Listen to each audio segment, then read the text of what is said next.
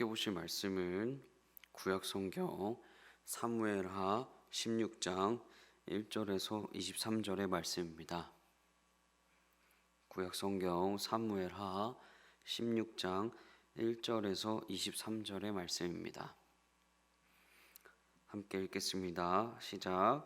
다윗이 마루턱을 조금 지나니 모비보셋의 종 시바가 안장 지은 두 나귀의 떡 200개와 건포도 100송이와 여름과일 100개와 포도주 한 가죽 부대를 싣고 다윗을 맞는지라. 왕이 시바에게 이르되 내가 무슨 뜻으로 이것을 가져왔느냐 하니 시바가 이르되 나귀는 왕의 가족들이 타게 하고 떡과 과일은 청년들이 먹게 하고 포도주는 들에서 피곤한 자들에게 마시게 하려 함이니이다. 왕이 이르되 내 주인의 아들이 어디 있느냐 하니 시바가 왕께 아뢰되 예루살렘에 있는데 그가 말하기를 이스라엘 족속이 오늘 내 아버지의 나라를 내게 돌리리라 하나이다 하는지라. 왕이 시바에게 이르되 무비보셋에게 있는 것이 다 내 것이니라 하니라. 시바가 이르되 내가 절하나이다. 내 주 왕이여 내가 왕 앞에서 은혜를 입게 하옵소서 하니라. 다윗 왕이 바울임에 이르매 거기서 사울의 친종 한 사람이 나오니 게라의 아들이요 이름은 시므이라. 그가 나오면서 계속하여 저주하고 또 다윗과 다윗 왕의 모든 신하들을 향하여 돌을 던지니 그때 모든 백성과 용사들은 다 왕의 좌우에 있었더라. 시므이가 저주하는 가운데 이와 같이 말하니라. 피를 흘린 자여 사악한 자여 가거라 가거라. 사울의 족속의 모든 피를 여호와께서 내게로 돌리셨도다. 그를 이어서 내가 왕이 되었으나 여호와께서 나라를 내 아들 압살롬의 손에 넘기셨도다. 보라 너는 피를 흘린 자이므로 화를 자초하였느니라 하는지라. 스루의 아들 아비새가 왕께 여짜오되 이 죽은 개가 어찌 내 주 왕을 저주하리이까. 청하건대 내가 건너가서 그의 머리를 베게 하소서 하니 왕이 이르되 스루야의 아들들아 내가 너희와 무슨 상관이 있느냐. 그가 저주하는 것은 여호와께서 그에게 다윗을 저주하라 하심이니 내가 어찌 그리하였느냐 할 자가 누구겠느냐 하고 또 다윗이 아비새와 모든 신하들에게 이르되 내 몸에서 난 아들도 내 생명을 해하려 하거든 하물며 이 베냐민 사람이랴. 여호와께서 그에게 명령하신 것이니 그가 저주하게 버려두라. 혹시 여호와께서 나의 원통함을 감찰하시리니 오늘 그 저주 때문에 여호와께서 선으로 내게 갚아주시리라 하고 다윗과 그의 주정자들이 이 길을 갈 때에 시므이는 산비탈로 따라가면서 저주하고 그를 향하여 돌을 던지며 먼지를 날리더라. 왕과 그와 함께 있는 백성들 다 피곤하여 한 곳에 이르러 거기서 쉬니라. 압살롬과 모든 이스라엘 백성들이 예루살렘에 이르고 아히도벨도 그와 함께 이른지라. 다윗의 친구 아렉 사람 후세가 압살롬에게 나갈 때에 그에게 말하기를 왕이여 만세 왕이여 만세 하니 압살롬이 후세에게 이르되 이것이 내가 친구를 후대하는 것이냐. 내가 어찌하여 내 친구와 함께 가지 아니하겠느냐 하니 후세가 압살롬에게 이르되 그렇지 아니하니이다. 내가 여호와와 이 백성 모든 이스라엘의 택한 자에게 속하여 그와 함께 있을 것이니이다. 또 내가 이제 누구를 섬기리까. 그의 아들이 아니니까 내가 전에 왕이 아버지를 섬긴 것 같이 왕을 섬기리이다 하니라. 압살롬이 아히도벨에게 이르되 너는 어떻게 행할 계략을 우리에게 가르치라 하니 아히도벨이 압살롬에게 이르되 왕의 아버지가 남겨두어 왕국을 지키게 한 후궁들과 더불어 동침하소서. 그리하면 왕께서 왕의 아버지가 미워하는 바 됨을 온 이스라엘이 들으리니 왕과 함께 있는 모든 사람의 힘이 더욱 강하여지리이다 하니라. 이에 사람들이 압살롬을 위하여 옥상에 장막을 치니 압살롬이 온 이스라엘 무리의 눈앞에서 그 아버지의 후궁들과 더불어 동침하니라.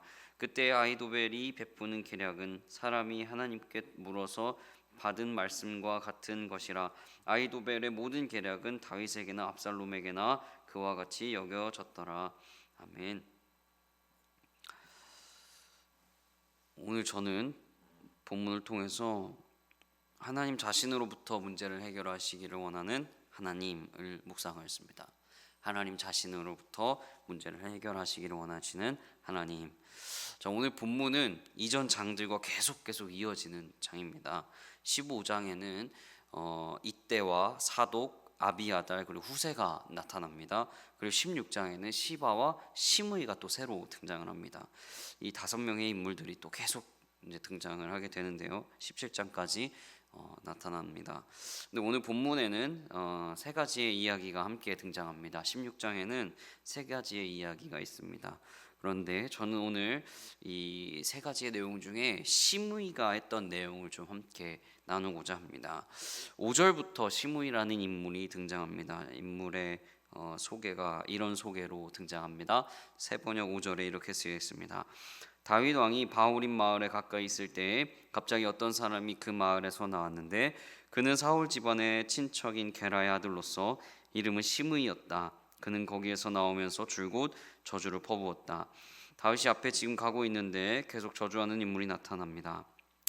지금 그것이 바로 시므이입니다. 여러분 오늘 지금 세번역 5절에 다윗 왕이 바후림 마을에 가까이 이르렀을 때라고 얘기했던 이 바후림이라는 지역이 굉장히 중요합니다. 바후림은 젊은 남자의 마을이라는 뜻을 가지고 있습니다. 이 바후림이라는 지역이 또 너무너무 중요한 이유는 다윗에게는 아내가 있었는데 사울의 딸이었고 그리고 또 자신의 조강지처였던 이 미갈이라는 아내가 있었습니다. 근데 이 미갈이 원래 남편이 있었습니다. 그 이름은 발디엘입니다. 원래 남편 이 발디엘에게 지금 혼인 관계를 갖고 있었는데 이 발디엘에게서 미갈을 빼앗습니다. 다윗이. 그래서 이 남편 발디엘이 어디까지 쫓아오냐면 바후림이라는 곳까지 쫓아오고 그곳에서 이 남편이 발디엘이라는 남편이 눈물을 흘린 곳이 바후림입니다. 이 바후림이라는 곳의 지명의 뜻이 젊은 남자의 마을이라고 소개했듯이 이 눈물 흘린 곳입니다. 근데 이 바후림이라는 곳에서 시므이가 다윗을 저주하고 있는 겁니다.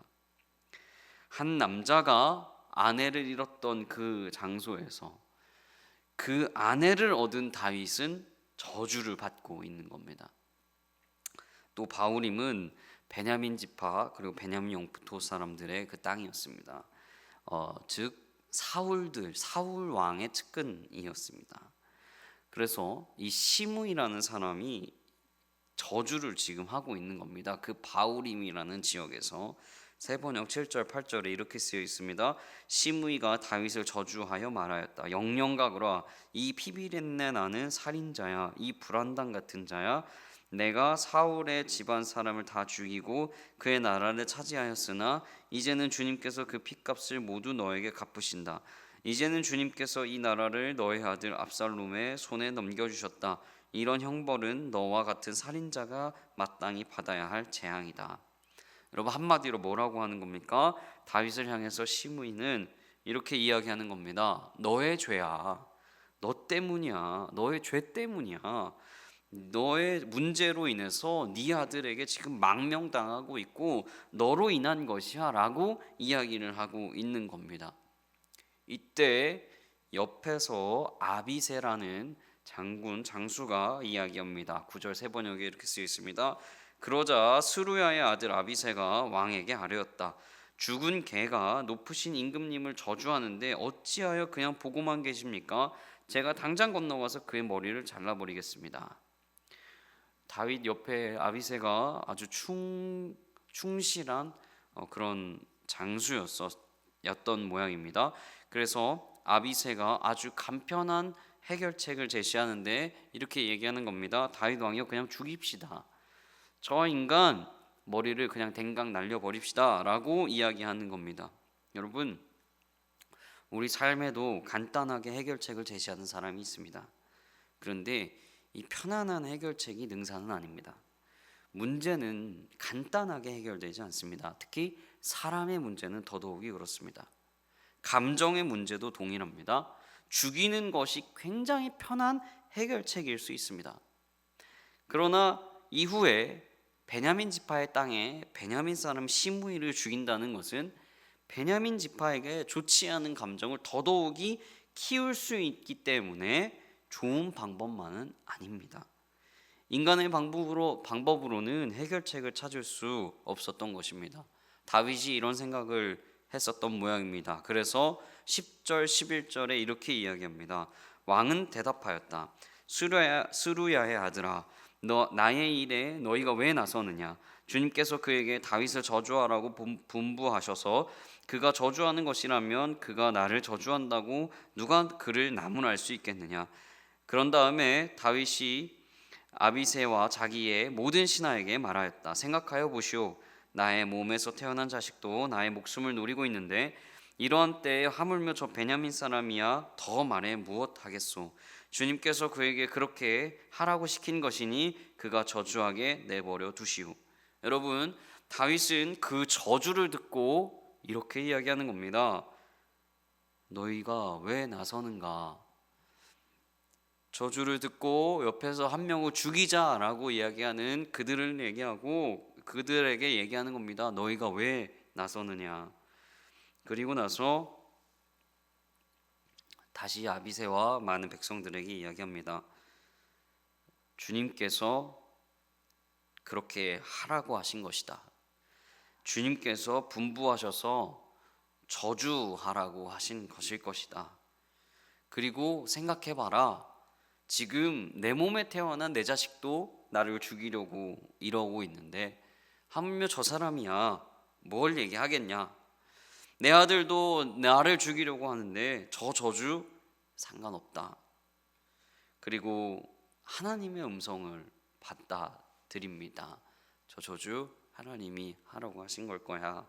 그러면서 다윗이 다시 또 한마디를 더 붙입니다. 12절 세 번역에 이렇게 쓰여 있습니다. 혹시 주님께서 나의 이 비참한 모습을 보시고 오늘 시므이가 한 저주 대신에 오히려 나에게 좋은 것으로 갚아주실지 누가 알겠소? 여러분, 다윗이 하나님을 다시 생각하면서 저주를 하나님이시라면 선한 것으로 갚아주실 것이야 라는 이야기를 하고 있는 겁니다. 저주가 선한 것으로 갚아주실 것이야 라는 믿음이 있었던 것입니다. 여러분, 그렇게 인내하면서 길을 갑니다. 가면서 다윗과 백성들에게 흙먼지를 뿌리고 돌을 던집니다. 여러분, 이 상황이 어떤 상황이냐면 맨 1절에 이렇게 쓰여 있었습니다. 아까 1절에 다윗이 마루턱을 조금 지나니 라고 되어 있습니다. 이 말은 산꼭대기를 지금 지나가고 내려오고 있는 겁니다. 그러니까 굉장히 힘들게 올라갔고 그리고 내려오고 있는 그 와중에 그 시므이와 베냐민 사람들이 흙먼지를 뿌리고 돌을 던지고 다윗과 백성들에게 그렇게 저주를 퍼부었던 그 상황 속에 저 저주가 하나님이 선한 것으로 갚아주실 것이야 라는 믿음으로 전부 다 인내하고 내려옵니다. 그렇게 인내하고 내려올 때 아주 신기한 일이 벌어집니다. 14절 세 번역에 이렇게 쓰여 있습니다. 왕과 그를 따르는 온 백성이 요단강에 이르렀을 때 그들은 매우 지쳤으므로 거기에서 쉬면서 기운을 되찾았다. 여러분, 흙먼지를 맞고 산 꼭대기에 올라갔고 지금 아들 때문에 망명 중인 이 다윗이 저주를 듣고 돌을 맞고 흙먼지를 맞고 그렇게 어렵게 내려옵니다. 그런데 마지막에 이렇게 표현이 됩니다. 기운을 되찾았다. 기운을 되찾았다. 여러분, 이게 영어로 뜻이 이런 뜻입니다. 리프레시했다. 다시 회복했다라고 이렇게 쓰여 있는 겁니다. 여러분, 우리의 삶에도 굉장히 동일합니다. 직장에서 혹은 어떠한 사람으로부터 어떤 좋지 않은 말들을 듣고 저주를 듣고 욕을 듣고 좋지 않은 어떠한 일들이 우리에게 닥쳐올 수 있습니다. 그런데 다윗은 사람으로부터 해결하지 않았습니다. 간단한 방법으로 해결하지 않았습니다. 다윗은 사람의 말이 아니라 하나님을 신뢰합니다. 저주가 선함으로 바꿔주실 하나님의 그 힘을 의지합니다.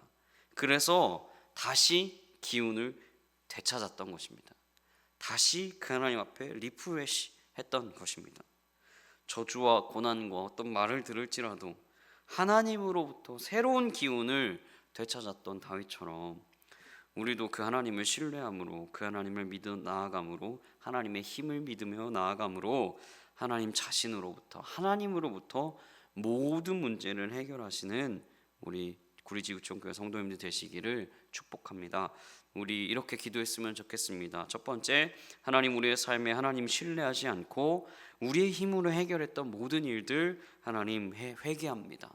하나님 회개합니다. 두 번째, 하나님 우리의 삶의 고난 속에서도 하나님을 신뢰하고 하나님으로부터 해결하기를 원합니다. 그 하나님만으로 해결하기를 원합니다. 이렇게 기도하시고, 세 번째는 다가올 블레싱 예배 하나님이 드러나시고 하나님의 힘이 드러나셔서 하나님 복음 믿는 역사가 일어날 수 있도록 우리 블레싱 예배를 위해서도 기도하도록 하겠습니다. 우리 다 같이 기도하겠습니다.